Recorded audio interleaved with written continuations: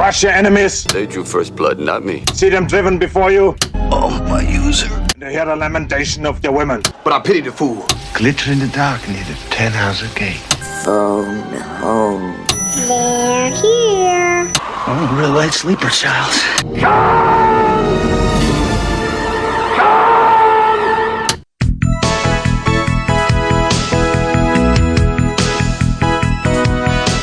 Welcome to Vintage Video, where we're rewatching the 80s so you don't have to. We'll be reviewing every major film release of the 1980s in chronological order, overanalyzing what you've seen and spoiling what you haven't. I'm Patrick O'Reilly. I'm Jesse Bayless. And I'm Richard Wells. And today we're discussing McVicar, released February 12th, 1982, still on February 12th. It was written by Tom Clegg and John McVicar, based on a book by McVicar himself, directed by Tom Clegg, and released by Brent Walker plc in the UK and Crown International Pictures in the US.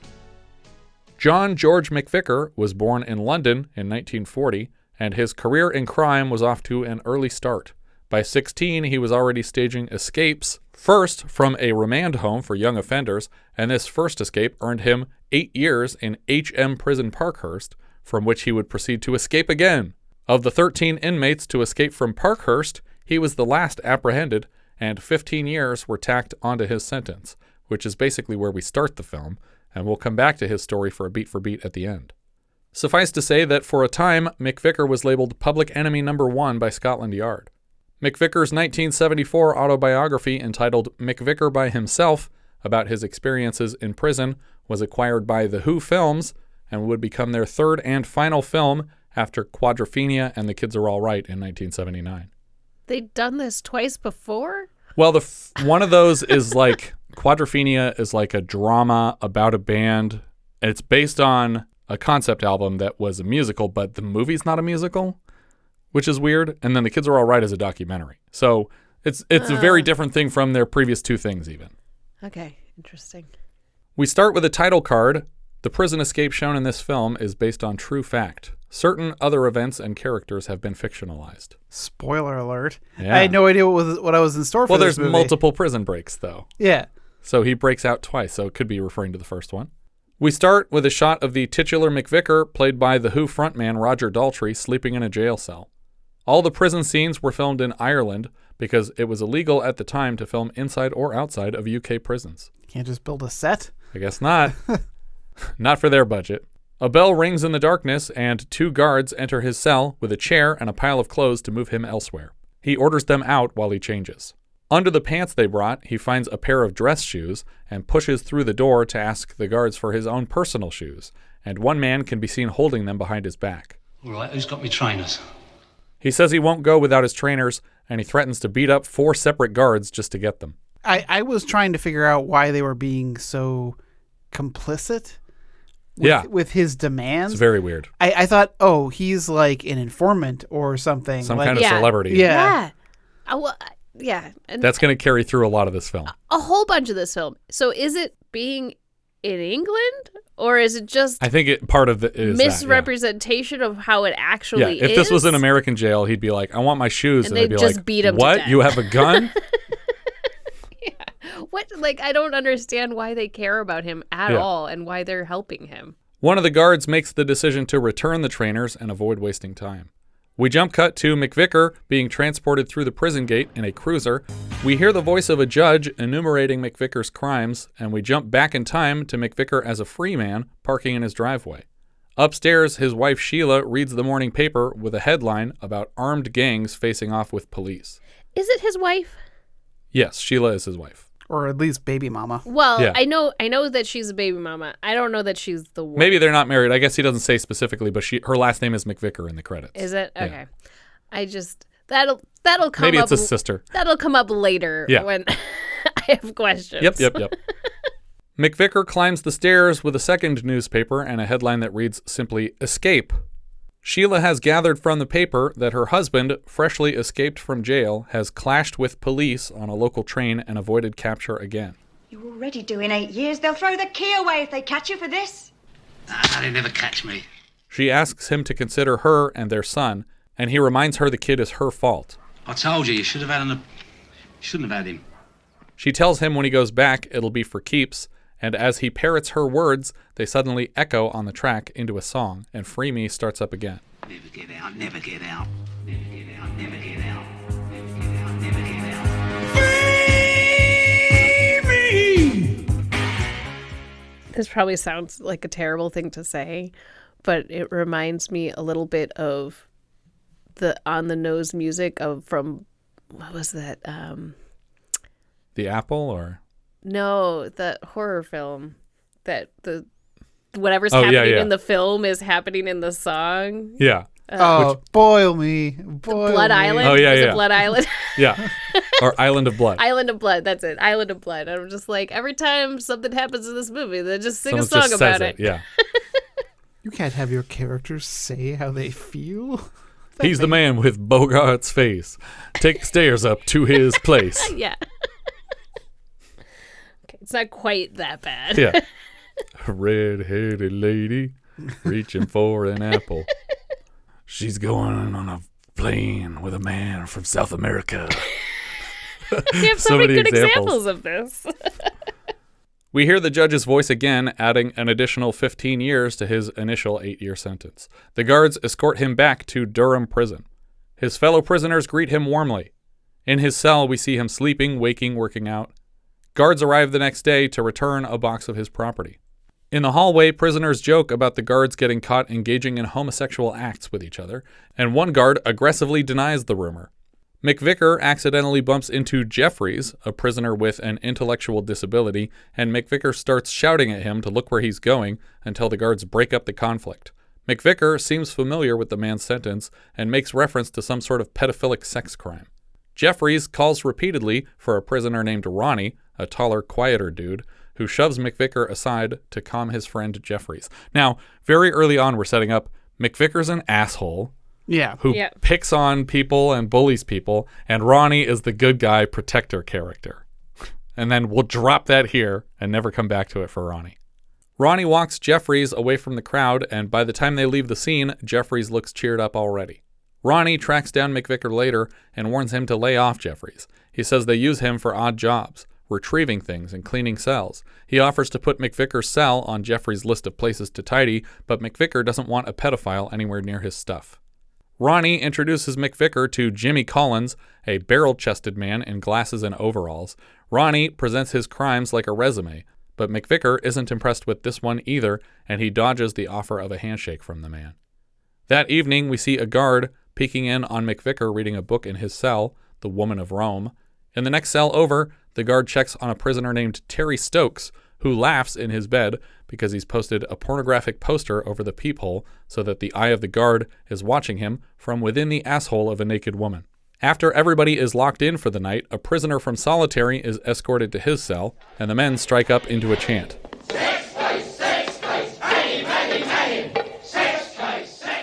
Sometime later, the prisoners are watching 1949's Maytime in Mayfair on a rec room television. They complain that modern movies lack the charm of these classic romantic stories. They're amused when the scene jumps into a musical number about having a wonderful time, and they do their best to sing and dance along to the scene. I don't care if the lady gets like going home, 'cause we're having a wonderful time. One of the men stands to pantomime fucking the dancing prisoner's ass, while the dancing prisoner pretends to blow an invisible third man, right as the guard walks in to shut it all down. He orders everyone back to their cells. We cut from here to a short speech to the prisoners from the Durham prison staff. They are informed that a new workshop is about to go into operation, and they will soon be expected to work full 8-hour shifts each day. Although, we never come back to this. Oh, we do a little bit. Yeah, we do. Yeah, but I mean, it's not as big a deal as the other change that they're talking about for some reason. The men are already pissed off before the staff gets around to announcing a new dress code that requires identical prison-issued shoes, shirts, and pants. A prisoner named Walter Probyn, or Wally, played by Adam Faith, stands to object to the changes, and the crowd grows restless. He cites the published recommendation of a select penal committee that suggests less regulation of prisoner freedoms is ideal. The committee said that, in particular, dress was one way that long-term prisoners could be given more freedom of choice.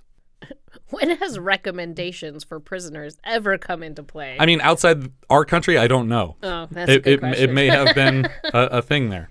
The men inform the prison bigwig that this is a bad idea, and he assures them that his guards can handle any disruption it might cause, sending the prisoners into waves of laughter.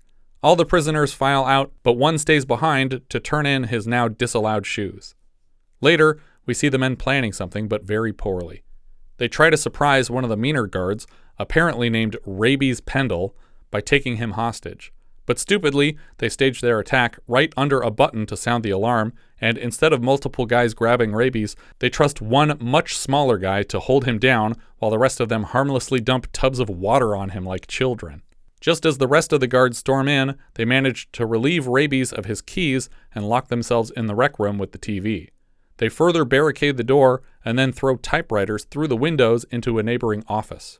I was going to do you recall, but I'm going to get it wrong. But I was thinking about, do you recall the last time someone ineffectually used water to try to deter someone from...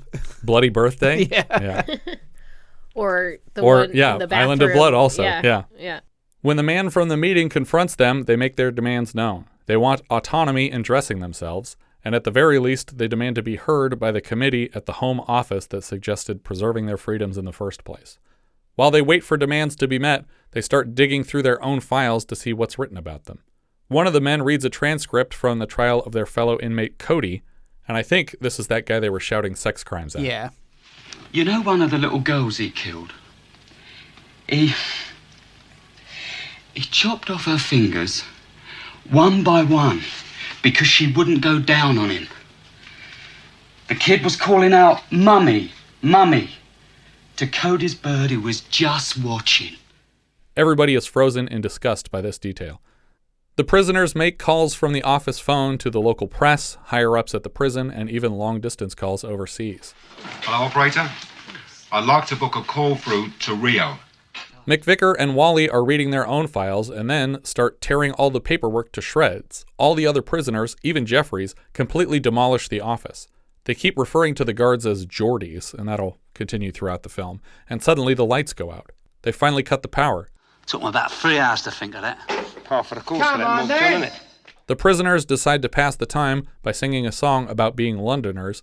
Meanwhile, elsewhere in the prison, the guards are peeing in all their beds and destroying their personal possessions in their cells. A prison director named Mr. Jackson is summoned to speak with the men. They present him with a petition and claim their demands are reasonable. Mr. Jackson says that it would lend their petition some legitimacy if they agree to surrender now, and he promises no violence against them. The prisoners understand that they don't stand to gain anything from prolonging this strike. Later, most of the prisoners are able to claim that they were innocently swept into the room by the protest, but McVicar is given 42 days in solitary for his undeniable part. A guard named Pendle stops prisoner Stokes on the way back to his cell and assures him that even though he thinks he's won, he's still a prisoner here. But just remember, kidder, you're in for 10 years. Yeah, that's right, Mr. Pendle. But you're in for life, aren't you? McVicar is invited out of his solitary cell hours after the rest of the prisoners have already had lunch, and by the time he gets to it, it's no longer warm. Compared to other prison meals I've seen on film, this looks really fucking good, but McVicar flips out in retaliation, tossing all the pots and trays to the floor like he's fucking Jeremy Clarkson. Fucking cold! For some reason, the guards just watch him do it for a couple minutes, and when he's done, he wraps his hand around his fist and invites them to try to take him on. But unfortunately, McVicar is being played by a scrawny 5'5" Roger Daltrey, and he's never believably intimidating in the entire film. Again, and this is one of those instances where the guards just don't do anything. They just let him burn out his anger, which is what they should be doing. But it's crazy that it feels like we're supposed to side with them sometimes, which is weird for a prison movie. He's so non-threatening, in fact, that more often than not his scenes feel like a joke on his character and his own outsized vision of himself. Take me away, then. If you got the balls. The guards show unrealistically professional restraint, and for a moment I started to think this might be the first prison film I've seen where we're supposed to side with the guards. Later, we see guards delivering another perfectly acceptable meal to his cell and retrieving the previous one, which McVicar hasn't touched, implying, I thought, that he'd begun a hunger strike, but then we cut right to him eating and spitting up all the food because it's gross. Well... He says piss, like he tastes piss in it. I wasn't sure if they had done anything to his food. But he got so much madder when it was just cold that I feel like if this were actually piss, he would demand to speak to the director again. Piss! This look like spit to you? Yeah. Fuck it. Don't spit in that cop's burger. When McVicar graduates from his solitary, there's been a change of leadership, and the prisoners have restored their freedom of dress, as well as permission to keep pets. Prisoner Wally, played by Adam Faith, has a small mouse in a chicken wire cage. He reveals to McVicar that he smuggled in a hacksaw, and McVicar closes the door to keep it out of sight of the guards. They begin discussing plans of escape. They time their showers together, and Wally points out a section of drywall in the shower room that he suspects masks a ventilation shaft. Well, I don't know where it goes. It may go straight down to the cellar. But on the other hand, it may go up into the roof, mightn't it? Well, I'd like to find out. Do you want to help me? Another benefit of the new prison regime is access to art supplies, like paper mache. Wally brings a bucket down to the showers to punch a few exploratory holes in the drywall to see what's behind it. When he finds brick and not stone, he shares the good news with McVicar, since brick would be a great deal easier for them to hammer through, or to break apart. Wally patches the hole with paper mache while McVicar plays lookout. He even paints the patch the same color as the rest of the wall to hide their work. Outside the showers, they find Jimmy Collins doing strongman poses for an upcoming Mr. Prisoner competition. In a metal shop on the property, we see Wally cutting tools out of metal, and when the guards call time on the activity, he slides the tools into the base of his newly constructed hamster cage. The guards don't really check any of it very closely with their metal detector wands and send the man on his way. Back in the showers, Wally uses his tools to dig around and pry out bricks from the wall. Once he reaches through into the cavity behind the wall, he suspects aloud they will be home by Christmas. At this point, they've also recruited the strongman to run distractions. I can't tell if that's, like, if he knows what's going on or if he's just out there working out. I think that they have him doing distractions. Maybe they do. I think he's there dropping those weights down intentionally in a rhythm. It's possible. Yeah. Later, as McVicar and Wally sweep a corridor, they are approached by one of the prison's bigwigs, who asks if Wally has an upcoming parole hearing. We ought to be seeing about your parole application. No, I don't think so, Mr. Graham. Why not? I'm planning to make my own way out soon. The man takes it as a joke, and everybody laughs. If he really does have parole coming up, why is he bothering with this right now? I don't know. Maybe he doesn't, or maybe he suspects it'll go nowhere. Back in the showers, McVicar watches prisoners exercising outside and taps his foot on the floor to the beat of the exercise weights being dropped outside so that Wally has a rhythm to chip bricks to, masking the sound of his impact. A couple prisoners make note of Wally and McVicar's frequent co-showering sessions, and one of them, Ronnie, plans to investigate. Wally notices that Ronnie is intentionally chipping the drywall under the shower room window to draw attention to its fragility, so Wally and McVicar confront him about it. Amusingly, McVicar enters the cell first and orders the enormous muscle dude, Jimmy Collins, out of the room so they can talk to Harrison in private. Collins pretends to be scared, even though he could probably flick McVicar out of this jail. McVicar points out to Ronnie that the wall he's chipping away at doesn't even lead out of the prison, and since he isn't covering his tracks, the guards will find the second hole in no time.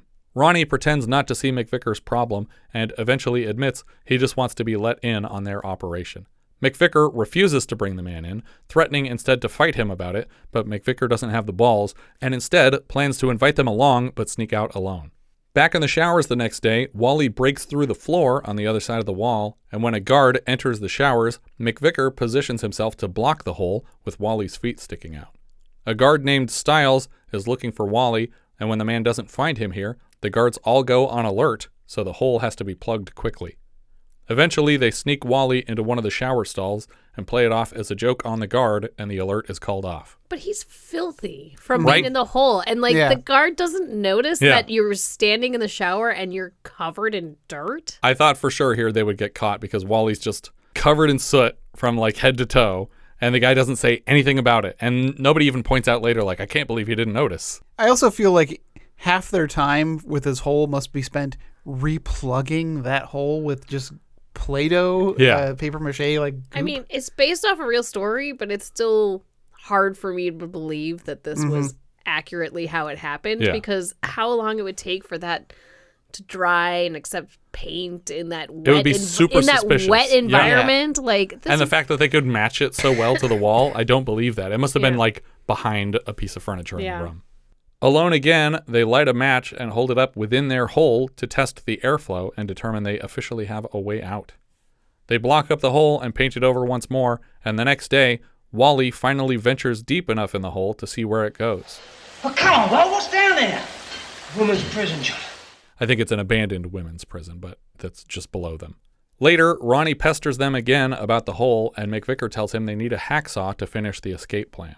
Of course, we know they already have one, so this must just be part of the ruse to cut Ronnie and Jimmy out of the escape plan. Ronnie puts Jimmy in charge of sourcing the required tool. In the prison's unexpected sewing room, Wally seems to be stitching together a rope and asks a guard to tug on the other end to see if it can hold 200 pounds for a pulley he's rigging. The guard has no further questions and confirms the strength of Wally's rope. Indeed, this rope could hold 2 people per chance. Yeah. By now, even the prison staff have noticed McVicar and Wally's habit of co-showering, but think nothing of it. What do you think they're up to? Each other, probably. Back in the hole, we hear a hacksaw being employed, so maybe they did need one for the tunnel, but we definitely saw them have one earlier. No, I don't. I think that they were just trying to get waste time for them. The other guy to think that they had more time when they already were ready to escape. That's what I thought too. When Wally emerges, he tells McVicar he's cut through a pair of bars on their way out. They head upstairs to the library, and McVicar reaches out the window to pry a corrugated plastic panel off the roof of a neighboring shed. He ties Wally's rope to one of the roof beams and lets the rest of it hang down into the shed. Ronnie asks what's taking so long and why the hole seems to be getting bigger, and they claim they want to send Jimmy Collins through first, and he's too big to fit in the hole as it is. Next comes a very strange scene. They head back to the showers, and Wally takes the plaster down to continue digging, and when McVicar arrives, he decides to just flat out not do his lookout job anymore. Another prisoner, Bobby, walks in on them and blatantly sees the hole. As a human prisoner with eyeballs in his face, he should know exactly what's happening here and want to shut the door, but instead he's completely flabbergasted by the scene. McVicar pleads with him to close it, but Bobby just stands there gesturing to a bike, inexplicably stored in the showers.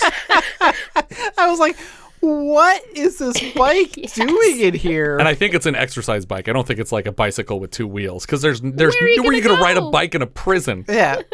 I think he just needed to drag it outside, but I don't know why you would keep it in this room where it's going to rust up like crazy. Yeah. Just have him coming to take a shower. Yeah. Like, that's such a more reasonable... Oh, I came for this bike. Yeah. What? Finally, the man makes a move and drags the bike outside, shutting the door behind him, and McVicar worries that Bobby will tell Ronnie about what they're doing. McVicar and Wally decide it's now or never and dive through the hole into the wall. They move through several rooms and come to the window behind bars. Wally pries back the one he cut already, and they climb up into the room where they hung the rope earlier. They climb this rope all the way to the roof and then push through the open roof panel. Looking down on the alley below, they see guards walking dogs, possibly already in search of the men, but we don't hear an alarm yet. Ronnie notices them out on the roof and shouts after them, just before the alarm officially sounds. He promises to kill them if he ever sees them again. They pull themselves over a wall topped with razor wire, and then accidentally split up on their way out of the property. McVicar gets down to the yard outside and runs off down the street as fast as he can. The guards are hot on his heels with dogs, and he jumps into a river to try and lose them with a swim. Yeah, it's some very awkward running. Yeah. But he had the right idea. It's like, you just got to keep running. As fast as you can. Yeah, and away, as far as you can away from this place. And there's like a moment where he gets to a park and he starts walking casually, but then the police are just there immediately. Yeah. It's like, damn, they really caught up to him. He emerges from the water and runs along train tracks until he can barely move. In the morning, he pops out of the woods and into a phone booth. I figured when he was on the train tracks, he was going to wait for a train to show up so he could jump on it and get really far away. Yeah, especially when we see it's not even a train, it's like a trolley, and it's like it's slow moving enough that he could have jumped on it. And one of them showed up, and he doesn't jump on it. I'm like, why aren't you doing that? That gets you so far away from where you are right now. In the morning, he pops out of the woods into a phone booth. While he waits for a ride, he sits in the corner of a small abandoned shack and removes a sock to inspect his bleeding feet. He also wraps himself in a blanket hanging on the wall in here. What is this place? Just a wooden shack on the side of the road? He moves to hide behind a billboard and keep an eye out for whoever he called. When his friend arrives, McVicar learns that Wally didn't make it off the prison property. I don't know if that means that Wally died trying to escape or if he just got sent back to the prison, but we never see him again. The friend, Joe, drives McVicar to a woman's apartment nearby to get cleaned up and promises to return with more supplies for him soon. On his way out, Joe asks the woman, Katie, to take good care of his friend here for the next few days. It's clear from his tone that he wants his friend tended to physically. McVicar comes out of the shower, wrapped only in a towel, and walks right into the kitchen that way to find Katie actually wearing less, just an apron, as she finishes making him breakfast. He sits down at the table, and bringing him a second plate, she accidentally spills it in his lap. When she bends down to clean it up, she lingers for a while under the table, and McVicar pauses to look down at her. A few days later, Joe and McVicar leave together, and as they drive, Joe promises to set McVicar up with a passport. Joe takes him to a garage and surprises him with his very own fancy car, and he's touched by the gesture. Insanely, McVicar returns to the home of his wife and child. Okay, this was my issue. I'm like, if he's married, they have to, like, this would be the first place I would look. Yeah, and I thought the point of hiding out was that you wouldn't get caught because you didn't go back there. Yeah. But then you go back there? So the only way that this is a safe location is if they have no idea that these two are a couple, which is why I would think that maybe they're not married. But she does have his last name. They're brother and sister. They must be. But even then, they would this go to is his the family. First place you would look. I don't understand why there isn't cops just parked outside this house as soon as he escaped. He learns from her that their son doesn't remember him since he was so young when McVicar was put in prison. Over breakfast in the morning, she introduces him as Mommy's friend John. Sometime later, McVicar asks his wife to tell their son the truth, but she's worried that McVicar will be sent back to prison right away, and Russell will have lost his father a second time. I want him to know. Now, either you tell him, or I will. All right? We don't see either of them tell the kid directly, but in the next scene, McVicar refers to himself offhand as the boy's father, and Russell admits that he just thought he didn't have a father. He also makes McVicar promise that he's here for good. I'll never go away again. Promise you that. McVicar heads out to what looks like a poker night with his friends, but they have fat stacks of cash on the coffee table, and suddenly McVicar's holding a shotgun. Apparently, they all just got back from a bank job or something, and they've won $47,000 together. One? I mean, he won it as a prize for successfully robbing the bank. On his way out, McVicar confesses to Joe that he loves his wife and son, and he's considering going straight after the next job. He bumps up his single passport order to a triple passport order so they can all leave together. That night, McVicar's wife Sheila tells him his random, unexplained trips to the city cause her a lot of anxiety. He apologizes for keeping her in the dark on some details and promises to take her and Russell out for a vacation soon. We get a quick montage of the happy family kicking a ball around the park for a while. We cut right to the next and potentially last bank job for McVicar. There's a red car parked outside a bank, and then we get closer and see a tiny peephole in the trunk, through which someone is watching a group of men outside. After a moment, a man in a balaclava with a shotgun, McVicar, opens the trunk and climbs out before firing warning shots and shouting to the men he was just watching. McVicar shoots one of them in the leg, and his friends begin rappelling down the side of the building to meet him. Together, they move with a guard at gunpoint, score their big payday, and escape in the back of a windowless van. When McVicar returns home, Russell asks where he's been. Just out of work, mate. Why didn't you take me with you? Next time I will. Promise. Sheila sends Russell to his room so she can lecture her husband in private. She's already heard the news story and knows exactly where he's been today, and even suspects correctly that he's the one who shot the guard in the leg. He'll be all right. A few pellets in the leg. Something to tell his mates about. A few pellets in the leg? What if he dies? He won't die. And you wouldn't give a damn if he did, would you? McVicar admits that no, he doesn't give a shit about these people, and he also says that with his latest score, he can afford to leave the country with his family. We cut to a restaurant which looks to be on the banks of the Thames, and it reminded me of the place where Klaus Kinski stood up Sterling Hayden in our earlier 1982 title Venom. McVicar's friend Joe is wandering through the dining area when he spots his contact here, a representative of local law enforcement. He wants to make a deal with Joe for immunity in exchange for McVicar's whereabouts. Joe is obviously more amenable to the deal, knowing that McVicar planned on going straight and is of no use to him after this. Turns out, McVicar's repeated escapes from so-called high-security prisons have made him something of a local celebrity. It's the press. I mean, we know he's a mug, don't we? Been in the nick all his life. But the aforementioned press have blown him up into some kind of super crook. And it's embarrassing more than just policemen. We see McVicar and Sheila on a walk together, and she seems convinced that he's committed to ending his life of crime. Yeah, I'm sick of it, love. I've had enough. All I want to be is a straight man. In Canada. She's excited to learn that he's arranged passports for the whole family. We cut to a fancy restaurant where McVicar, Joe, and another of their bank-robbing buddies sit around a table. McVicar is the first to call it a night and leaves behind his share of the bill in cash. What's the point of this scene? I don't know. I think it was that if he'd hung out with them and done another job that he wouldn't have gotten arrested tonight. Maybe. You think so? I don't know. Like they were trying to keep him away from his house that night because they knew that they were coming in? Because I couldn't tell I don't know what's going on. What was supposed to be happening here.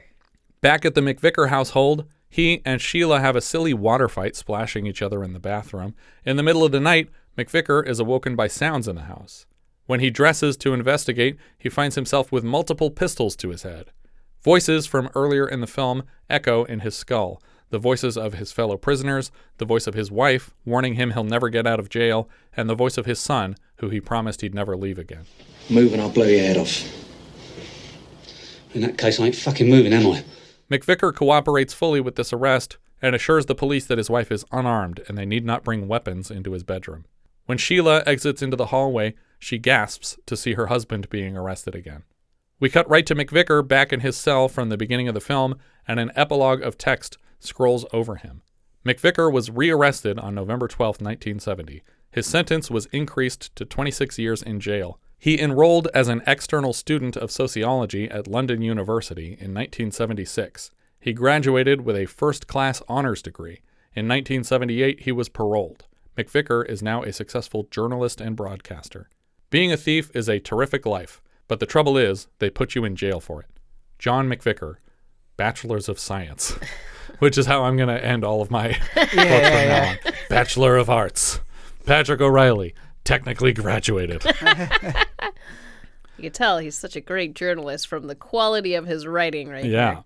Unfortunately, Russell, the young boy here, decided to follow in his father's footsteps and was arrested and jailed for the 1998 robbery of a Picasso painting from a London museum. Good for him for getting it off the wall. That's pretty cool, but he didn't stick the landing, it sounds like. That's McVicar. This didn't need to be a movie, really. No. I mean, it's interesting as a book, probably. I'd be like, oh, this is a fascinating character who. I think that it must have just been that McVicar was a celebrity and an interesting personality. Yeah, I mean, I guess like when you become a broadcaster after the fact, and it's like, oh yeah, it's like. Do you know the story before this? Yeah, it's like he was like in prison for robbing banks. It's yeah. Like, what? Yeah, that part of it seems like a movie, but then I feel like you have to cast either that person to play themselves, or like an actor to play them. But when you for some reason are substituting like another celebrity musician to play the character, it's just such a weird choice. I have a feeling that he's probably a charismatic guy. I think he probably is, which is why it hurts the film to have him played by an uncharismatic guy. Yeah, but because we don't really get into, like, this is very, this happened, then this happened, then this happened. Like, there's really not much to it. It is just, it's just factual. There's nothing much underneath about these characters. And no part of the escape goes wrong, really. And so I imagine that there's something else compelling. And we don't get that from this film. Right. But there's got to be something compelling about this story that made them want to make a movie about it. Yeah. Because he doesn't seem to care too much about his wife and son in the beginning. Right. And so I'm wondering, what is his motivation to escape other than just, I don't want to be in prison? Yeah, he was definitely just going to go back to robbing banks again. Yeah, but then why was he so desperate to get back to Sheila in the end? And yeah, I think the only reason he turned to like sports or the only reason that he turned to broadcasting by the end is probably because he spent so long in jail that he just wasn't in a position to escape it anymore. And so he's like, I'm too old to do crime stuff now. So I'll just do a legitimate job for a while. Now that I'm famous, people will just hire me for that. But I feel like there's like 30, 35 minutes of this movie that are just digging a hole through this tiny square area. And it's like, this is not, it's not fun to watch. It's not interesting. All the stuff that happens is like arbitrary and unnecessary. Like, it feels like the bicycle thing was completely made up. It feels like the other guy. It doesn't make any sense. Yeah. Like, none of it matters. And I think coming off of other films that are very brutal in prison, like Papillon and stuff like that, like I'm just not really another getting... true story, too. I'm just not getting the motivation here. I'm just like, they actually treat you pretty nice in this prison. Right. I think that's what hurts it the most is that they make the prison look so pleasant. It's like, there's sewing classes. You can watch movies. You can wear whatever you want. You can wear anything. You can plaster up naked women up on your wall. You can make weapons in metal shop and they just let you take it back to your cell. Yeah, and as long as you don't, like, incite a riot, they give you decent food that's warm. And sometimes if you do incite a riot, they give you everything that you ask for. But yeah, very strange. Yeah, because I look at other prison break movies, like the one that we covered, like you said, Papillon, where like I'm really invested in them getting out. Right. And all the contacts that they made and everything goes wrong. Yeah. Or the obvious other Steve McQueen option, The Great Escape. Yeah. Same thing. Yeah, great. Yeah. You have to have things go wrong occasionally. And then, you look at like a modern version, like a Shawshank Redemption. And I need to care a lot about these characters that are escaping, which I don't here. Because one of them is like, we're not super wild about him right from the get-go. Yeah. I feel like I don't know anything about Wally, but what I know about McVicar is that he's a dick. Yeah. And as soon as he's free, he's committing crimes again. And all we know about Ronnie was that he was nice, but then he's a dick. Yeah, suddenly he's the bully. Yeah, I don't very understand. Weird. He's like super offended. Like, you guys are trying to escape without me. It's like, yeah. Like, we're the whole point of being in jail is to escape. People in this prison. We're allowed to escape, I guess. Yeah, it's like in Victory when they were like, "Oh, this guy's in charge of escapes and prison breaks or something like that." Yeah. It's like they have a whole department of the prison camp that is literally like openly about breaking out of the prison because that's just allowed because it's like, yeah, that's your duty as a soldier representing your country to attempt escape. You're supposed to do that. Yeah, it's the same in The Great Escape. Like, they have like other little organizations. I was not super wild about this movie. I mean, I was watching it because I was fascinated. I think prison breaks are always interesting. Alcatraz and I was like, but this escape like wasn't interesting. Right. It was really just kind of like luck. Like, he was like, we got up onto the roof. It's like, yeah, but you're still on the roof of a prison. Yeah, we have no idea where we're going from here. Yeah. So at this point, just run and jump in a direction. Exactly. And the whole purpose of like the razor wire is that it's not supposed to allow you to get over it. And they just climb right over it. Yeah, just climb right over it. It's fine. Thumbs down for me. Yeah, I'm going to agree with that. It's a thumbs down. Yeah, I guess. Yeah, I don't ever plan to watch this again. What are we thinking Letterboxd for this one, Jess? Okay, so I have it at 11 out of 22. Okay. Kind of middle of the road movie. Like, it's not bad. It's not like a badly made movie. Sure. It's just not purposefully made. There's nothing really good in here, but there's also nothing that stands out as really terrible, maybe apart from our uncharismatic frontman here. I think McVicar, in the person, the actual celebrity, probably presents himself as something of a badass. And Roger Daltrey read this book and was like, this guy's a badass. I want to play this guy so that I look like a badass. Yeah. But then it doesn't translate to the screen very well because he's not believable in this role. And so it just doesn't work. Actually, I'm going to move it way down. I realized that I have a bunch of other things that I liked better than it. Okay. I have it at 20 out of 22. Yeah. Yeah, it just doesn't do anything for me. And what is that above and below? It's below Madman and above Love and Money. Richard? I have it at 13th, which puts it below Butterfly but above Butcher Baker. Interesting. I have it in 20th also, so that's just below personal best and just above Night Crossing. Our writer-director here was Tom Clegg. Before this, it's a lot of television series and TV movies, and after this, a lot of television series and TV movies. The novelist/writer, John McVicar, is the central character of the film, whose life we've basically gone over. This was his only writing credit on IMDb. And he also appears in the film late in the story, but I don't know which person's him. The IMDb trivia just said 11 minutes from the end of the movie, and it's like, I don't know who's playing him in this scene. The music came from Jeff Wayne. He also composed a musical version of War of the Worlds for stage and television. The cinematographer here was Vernon Layton. After this, there's about a decade gap in his filmography, and in the mid-90s, he comes to America to light films like High School High, I Still Know What You Did Last Summer, and Seed of Chucky. The editor here is Peter Boyle. This was his first editing credit, not that Peter Boyle. He's back this season to cut Inseminoid, and later The Razor's Edge, Whoops Apocalypse, Waterworld, The Postman, Quills, The Hours, and the 2011 prequel to John Carpenter's The Thing.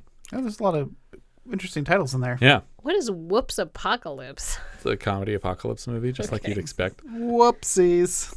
Roger Daltrey played John McVicar. He's a founding member of The Who and obviously appears as a performer on the McVicar soundtrack as well. He had appeared previously as the titular Tommy in Tommy and as Franz Liszt in Listomania. He had to change his look from those roles to resemble McVicar, dyeing his hair darker and straightening it.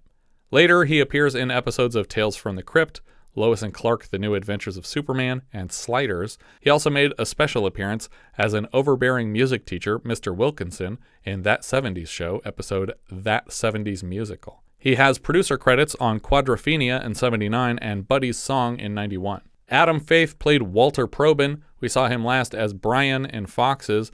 I think that's Jodie Foster's father. He's like a roadie for bands or something like that. I can't remember who Brian is in Foxes. But he's better known as a British rock and roll teen star in the 50s and 60s, though I didn't recognize his bigger singles. He had previously acted with another member of The Who, Keith Moon, in Michael Apted's Stardust. Cheryl Campbell played Sheila McVicar. Her breakout role was in the original BBC miniseries of Pennies from Heaven as Eileen, the schoolteacher role taken over by Bernadette Peters in Herbert Ross's 1981 film version. We've seen her previously in Hawk the Slayer and Chariots of Fire, and she's back later as Alice Clayton in Greystoke, The Legend of Tarzan, Lord of the Apes. More recently, she was Penny Chapman on Peep Show and Lady Brown on Call the Midwife. Georgina Hale played Kate. She's Philippe in Ken Russell's The Devils, Alma Mahler in Listomania, Lottie Schulman in Voyage of the Damned, and we saw her last as the younger version of Betty Davis's Mrs. Aylwood character in The Watcher in the Woods. Stephen Berkoff played Ronnie Harrison. Before this, he was Detective Constable Tom in A Clockwork Orange and Lord Ludd in Barry Lyndon for Kubrick. We've seen him so far as Sagan in Outland, and he's back later in Octopussy, Beverly Hills Cop, Rambo First Blood, and he also has a prolific stage career. Brian Hall played Terry Stokes. We'll see him later this season as Alan in The Long Good Friday and in Sweet William. Peter Jonfield played Bobby Harris. We saw him last as an arm wrestler in Time Bandits. That's the guy ripping people's arms off. Yeah. Later, he's a roadie in Pink Floyd's The Wall. He also shows up in an episode of Jim Henson's The Storyteller and as Inspector Marvin in A Fish Called Wanda. Matthew Scurfield played Streaky Jeffries. He was previously credited as Second Nazi in Raiders of the Lost Ark, and he shows up in Tales from the Crypt and Game of Thrones as Vayon Poole. Harry Fielder played Harry H. We saw him last season in History of the World Part 1, Raiders of the Lost Ark, American Werewolf in London, Ragtime, and Reds, basically everything that's shot in the UK. Michael Feast played Cody. This character was based on serial killer Ian Brady, aka the Moors murderer. He plays Cecil in Velvet Goldmine, a maitre d' and the Eye of Death in A Fantastic Fear of Everything, and he was Aaron Greyjoy on Game of Thrones. I think that's one of the older brothers. Ralph Watson played P.O. Allen. He makes 10 assorted Doctor Who appearances. Tony Haygarth played Rabies Pendle. He's Milo Renfield in the Frank Langella Dracula for 79, and he voices Mr. Tweedy in Chicken Run. What kind of name is Haygarth? I don't know. Hey, Wayne. I was doing an Iron Giant reference. Oh. It's Hogarth. Anyway. I've never seen it. I haven't. Tony Rohr played Bootsy Hagen. He's O'Flaherty in The Long Good Friday. He played the Overseer in the 2012 Les Mis, and he's Anthony in Ricky Gervais's Netflix series Derek. Charles Cork played Warder. He's Eric in The Long Good Friday, and he's credited as driver's mate in Venom. Later, he plays the MC in Snatch, and he's a barfly in V for Vendetta. Stephen Bent played Warder. He's a referee in the Longest Yard remake Mean Machine, and he's a jailer in the same version of Les Mis. Paul Kember played Warder. He was Ginger in The Long Good Friday. He's Sergeant McManus in An American Werewolf in London.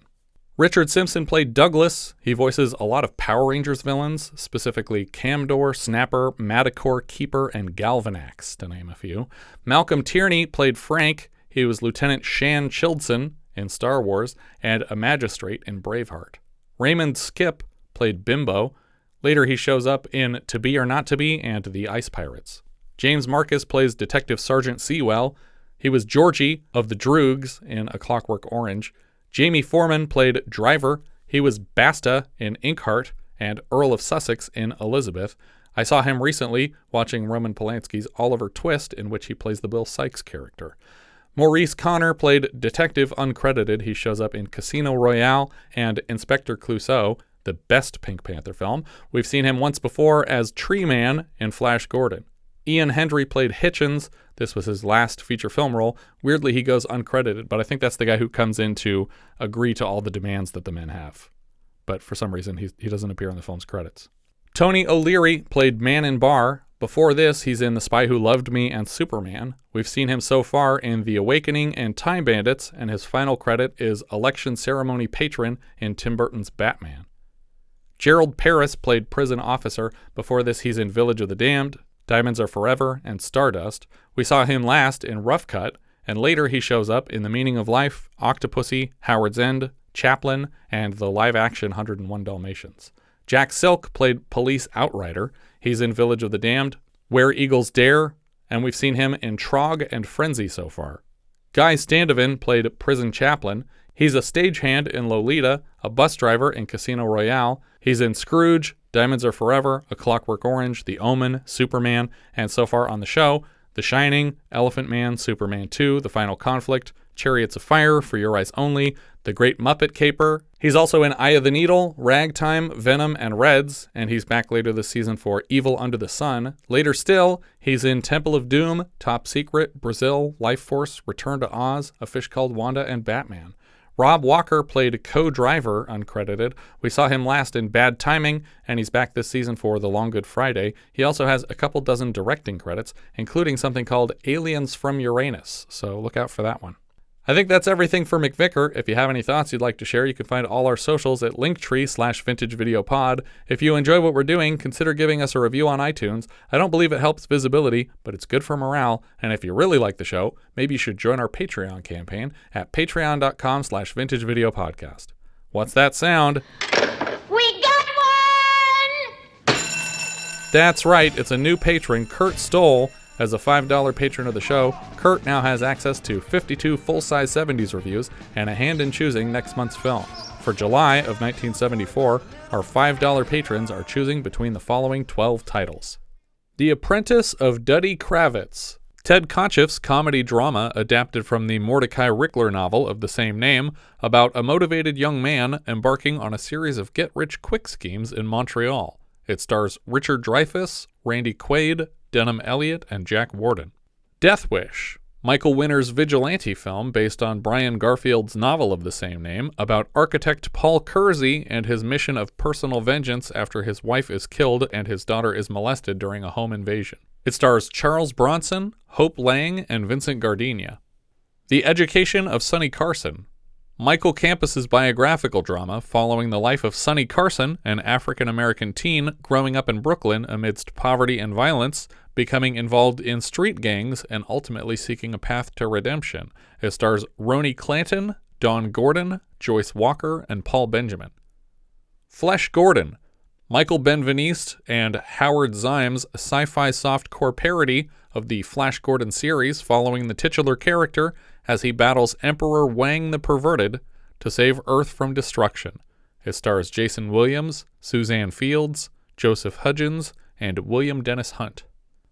Golden Needles. Robert Klaus's action-adventure film chronicling the search for a set of ancient Chinese acupuncture needles rumored to have mystical powers, with the various parties vying to possess them for their own ends. It stars Joe Don Baker, Elizabeth Ashley, Ann Southern, Jim Kelly, and Burgess Meredith. Gone in 60 Seconds, H.B. Halicki's action crime film about a group of car thieves who must steal 48 cars in a short period of time to fulfill a contract with a crime syndicate. It stars H.B. Halicki, Mariam Buja, or Mariam Busia, Jerry DeGurda, and Marcos Katsakos. Mr. Majestic, Richard Fleischer's action thriller about a melon farmer and Vietnam War veteran who becomes entangled in a conflict with a powerful mobster. It stars Charles Bronson, Linda Cristal, Al Lettieri, and Lee Purcell. My Name is Nobody, Tonino Valeri's spaghetti western comedy about a young gunslinger who idolizes an aging legend. Together, they embark on a series of adventures. It stars Terrence Hill, Henry Fonda, Gene Martin, and R.G. Armstrong. Savage Sisters, Eddie Romero's action-adventure exploitation film following 3 women who join forces in a dangerous jungle.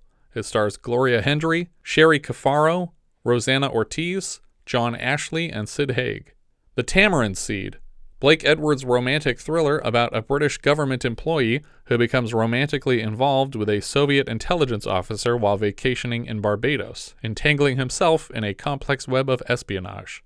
It stars Julie Andrews, Omar Sharif, Anthony Quayle, and Dan O'Herlihy. Uptown Saturday Night, Sidney Poitier's comedy crime film about 2 friends who get mixed up in a robbery at an illegal gambling den and their consequent dangerous adventure through the streets of New York City. It stars Sidney Poitier, Bill Cosby, Harry Belafonte, and Calvin Lockhart. And The White Dawn, Philip Kaufman's historical drama following 3 whalers stranded in the Arctic, taken in by an Inuit tribe, leading to escalating clashes of culture between them. It stars Warren Oates, Timothy Bottoms, Louis Gossett Jr., and Anne Meekett Hansen, for a 50th anniversary review next month. Thank you so much for listening, and I hope you'll join us next time when we'll be discussing Quest for Fire, which IMDb describes like so. This story takes place in prehistoric time, when 3 tribesmen search for a new fire source. We leave you now with the trailer for Quest for Fire. 14 years ago, 2001, A Space Odyssey was the astounding epic that aroused a generation, telling them where they might be headed. Now, 20th Century Fox presents a science fantasy adventure that will arouse this generation, telling us where we might have begun.